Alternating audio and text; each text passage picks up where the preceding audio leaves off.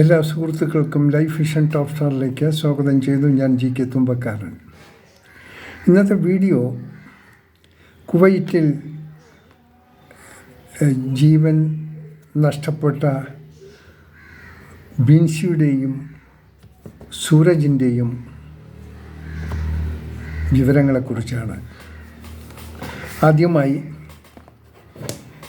ഇങ്ങനെയുള്ളൊരു മരണത്തെക്കുറിച്ച് കേൾക്കുന്നത് തന്നെ ബുദ്ധിമുട്ടാണ്. അതും കുവൈറ്റിൽ.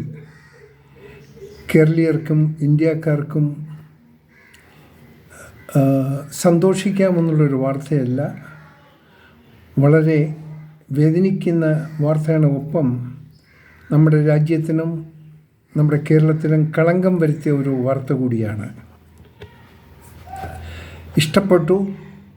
ഏറ്റവും കൂടുതൽ ഇഷ്ടപ്പെട്ടത് കാരണം ബിൻസി ഇഷ്ടപ്പെട്ട സൂരജിനെ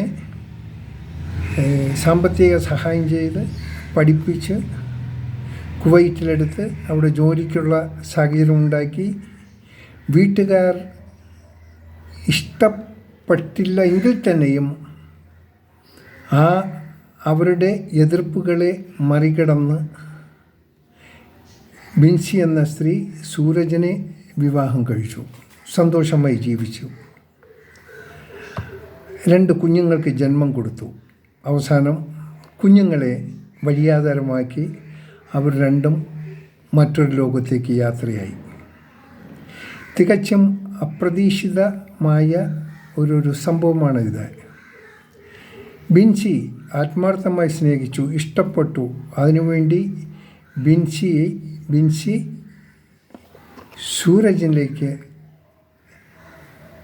സൂരജിനോടൊപ്പം ജീവിക്കാൻ ആഗ്രഹിച്ചു. അവർ ജീവിക്കുകയായിരുന്നു. ഇതിൻ്റെ പിന്നിൽ തുടങ്ങിയ ചെറിയൊരു സംശയം അത് അവസാനം ഒരു അക്യൂട്ട് ക്യാൻസറായി മാറി.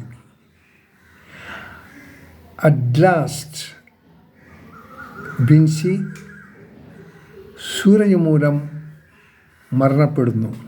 ഒപ്പം സൂരജിനറിയാം സൂരജിൻ്റെ ജീവിതവും ഇനി അത്ര ശോഭനമായിരിക്കില്ല. സൂരജും സ്വയം ജീവൻ നഷ്ടപ്പെടുത്തി. ശരിയായ വിവരങ്ങൾ ഇതായിരിക്കണമെന്നില്ല. ഇപ്പോൾ കിട്ടുന്ന വിവരത്തിൻ്റെ അടിസ്ഥാനത്തിലാണ് നമുക്ക് ഇത്രയും കാര്യങ്ങൾ അറിയാൻ സാധിച്ചത്. എനിക്ക് പറയാനുള്ളത്, ബിൻസിയും സൂരജും ഇപ്പോൾ ജീവിച്ചിരിപ്പില്ല. എന്നാൽ ജീവിച്ചിരിക്കുന്ന പല ബിൻസിമാരും സൂരജുമാരുമുണ്ട്. ഇത് നിങ്ങൾക്കൊരു പാഠമായിരിക്കട്ടെ. നിങ്ങൾക്കാരെയും സ്നേഹിക്കാം, നിങ്ങൾക്കാരെയും സഹായിക്കാം, നിങ്ങൾക്കാരുമായിട്ടും എന്തുമാകാം. ബട്ട് ഒന്ന് ജീവിതത്തിലേക്കൊന്ന് കടക്കുമ്പോൾ ഒന്ന് ചിന്തിക്കണം, നാം വിചാരിക്കുന്ന ദിശയിൽ തന്നെ ആകണമെന്നില്ല. എപ്പോഴും പരിചയപ്പെട്ട് വിവാഹം കഴിക്കുമ്പോൾ ഈ പരിചയപ്പെടലുകളിൽ ഒരുപാട് ബുദ്ധിമുട്ടുകളുണ്ടാകും. കാരണം ചെറിയൊരു സംശയം മതിയാകും, അത് വളരെ വലുതായിട്ട് നിൽക്കും. കാരണം ഒരു സ്ത്രീക്ക് ഒരു പുരുഷനെ ഇഷ്ടപ്പെട്ടാൽ, ഒരു പുരുഷന് ഒരു സ്ത്രീ ഇഷ്ടപ്പെട്ടാൽ അവർ ഭയങ്കര ആത്മാർത്ഥ, അവർക്ക് അങ്ങോട്ടും ഇങ്ങോട്ടും ഒന്നും ചിന്തിക്കാൻ പറ്റില്ല.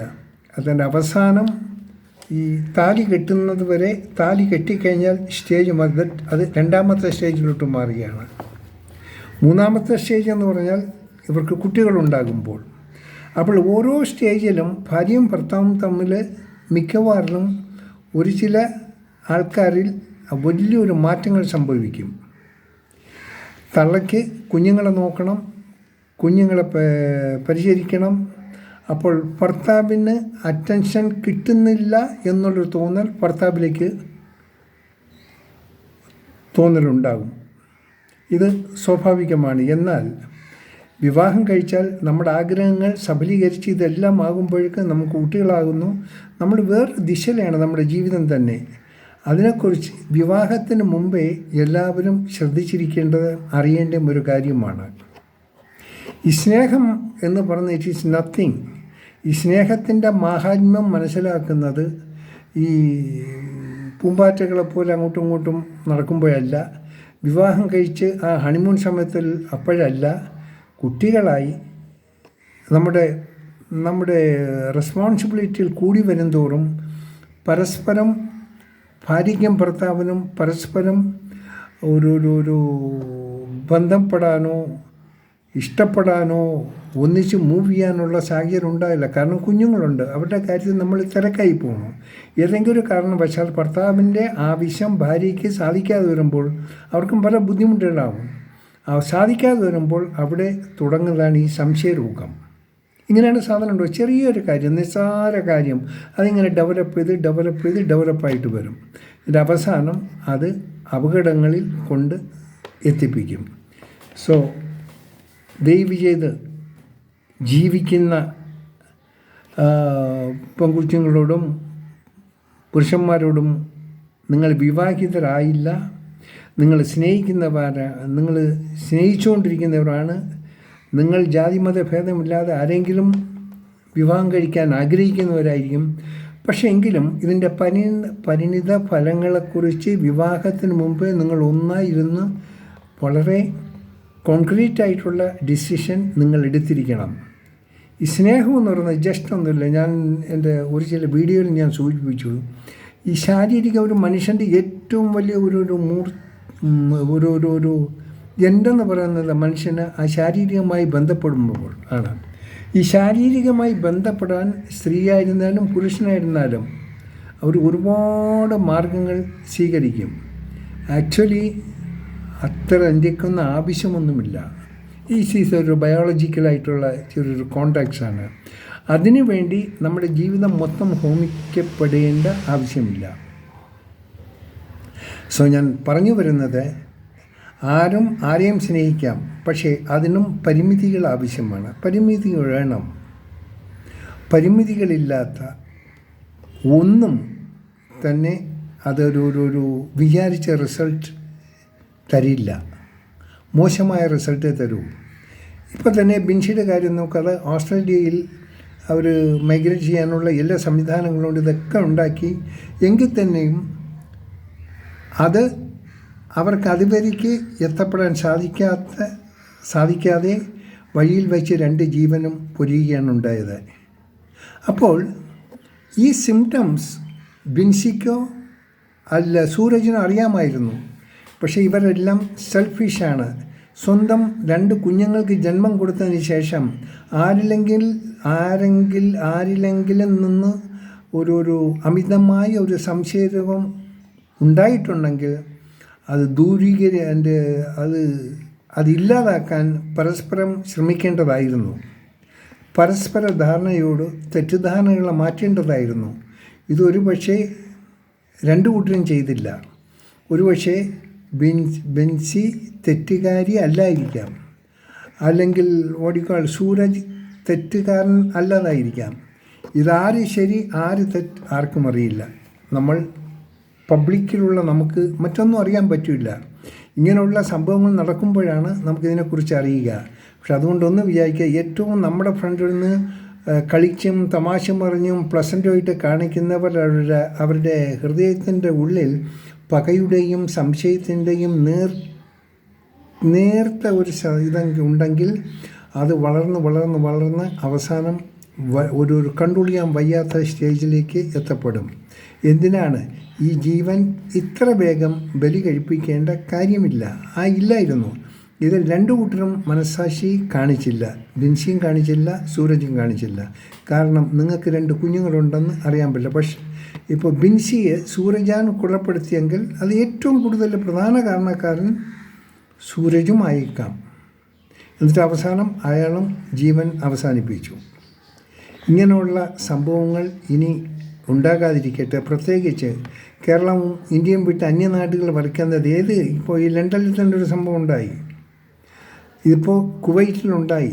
ഇങ്ങനെ പലയിടത്തും ഇങ്ങനെ ഉണ്ടാകാറുണ്ടോ? മലയാളീസ് ദയവ് ചെയ്തൊന്ന് ശ്രദ്ധിക്കുക.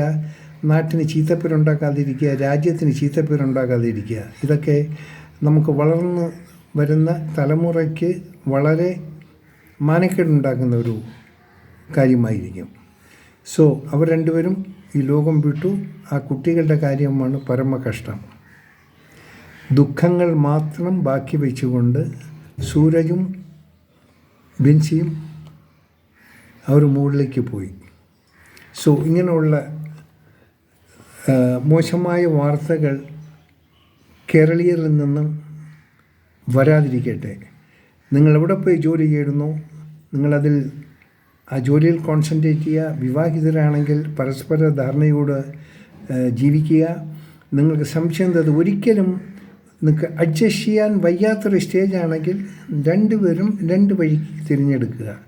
അതിന് നിങ്ങളുടെ ജീവൻ ഹോമിക്കപ്പെടേണ്ട കാര്യമില്ല.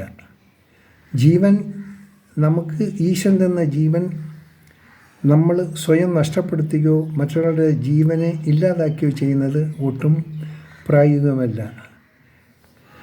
ആ കുടുംബത്തിനോട് നമുക്ക് ബുദ്ധിമുട്ടുണ്ട്, നമുക്ക് പ്രയാസമുണ്ട്. ആ കുടുംബത്തിൻ്റെ ദുഃഖത്തിൽ നമുക്ക് പങ്കുചേരാം. അല്ലാതെ നമുക്ക് എന്ത് ചെയ്യാൻ പറ്റും?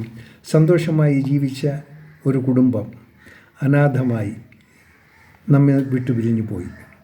ഇനി ഇങ്ങനെയുള്ള ബിൻസിയും